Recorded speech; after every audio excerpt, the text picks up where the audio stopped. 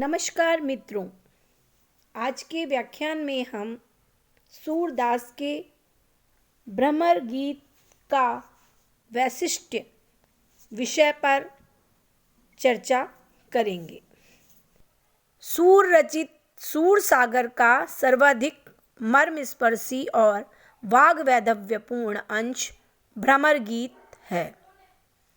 भ्रमर गीत उस प्रसंग से संबंधित है जब कृष्ण वृंदावन चले गए हैं, गोपियों के वियोग में दुखी हैं।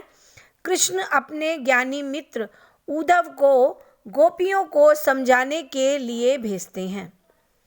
उद्धव जब गोपियों के पास पहुंचते हैं, उन्हें ज्ञान मार्ग का उपदेश देने लगते हैं। वहीं एक भंवरा उड़कर आ जाता है। गोपियां उस भंवरे के माध्यम से सैकड़ों तरह की जली कटी उद्धव को सुनाती हैं। उस छोटे से प्रसंग में संपूर्ण सूर काव्य का सौंदर्य निहित है। यदि इस प्रसंग को सूर काव्य से निकाल दिया जाए तो उसका प्राण तत्व ही नष्ट हो जाएगा। इस प्रसंग में गोपियों की वचन वक्रता बहुत ही आकर्षक है।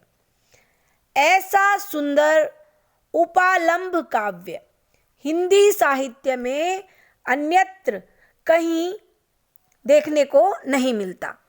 उद्धव अपने निर्गुण ब्रह्म ज्ञान और योग द्वारा गोपियों को प्रेम से विरक्त करना चाहते हैं, किंतु गोपियां उद्धव को पेट भर बनाती हैं और अपनी दीनता, विवशता, व्याकुलता निवेदित करती हैं।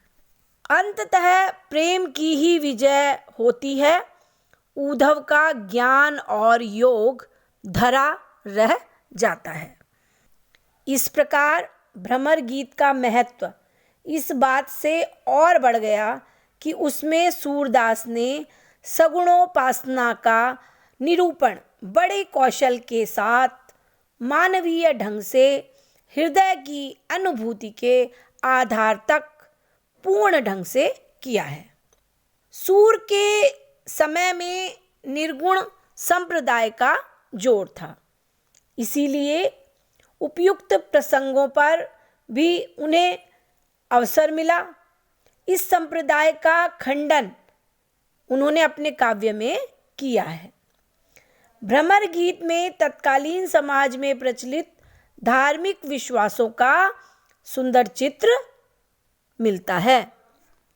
उद्धव यहाँ दार्शनिक अद्वैतवादी गोरखपंथी हठ योग के मार्ग का अनुसरण करने वाले वैराग्य के प्रतिनिधि के रूप में प्रस्तुत किए गए हैं। वे गोपियों को भी इस निवृत्ति मूलक मार्ग की ओर जाने का उपदेश देते दिखाई गए हैं। गोपियों के द्वारा सूरदास ने इस पूरे पंथ के सिद्धांत में अविश्वास और न्यूनता का भाव स्थापित किया है। ज्ञान और भक्ति का यह वर्ष भारतीय दर्शन और धर्म के इतिहास का महत्वपूर्ण अध्याय है। उपनिषदों के समय से ही यह संघर्ष बराबर चलता चला आ रहा है, किंतु दक्षिण में शैव और वल्लभाचार्य के आविर्भाव से भक्ति का महत्व निरंतर बढ़ता गया। भक्ति हृदय का साधन होने से विशेष लोकप्रिय हुई। सूरदास ने भ्रमर गीत में इसी स्थापना को मूर्त किया है। वास्तव में भ्रमर गीत काव्य सौंदर्य से प्रेरित एक श्रेष्ठतम उपलब्धि है।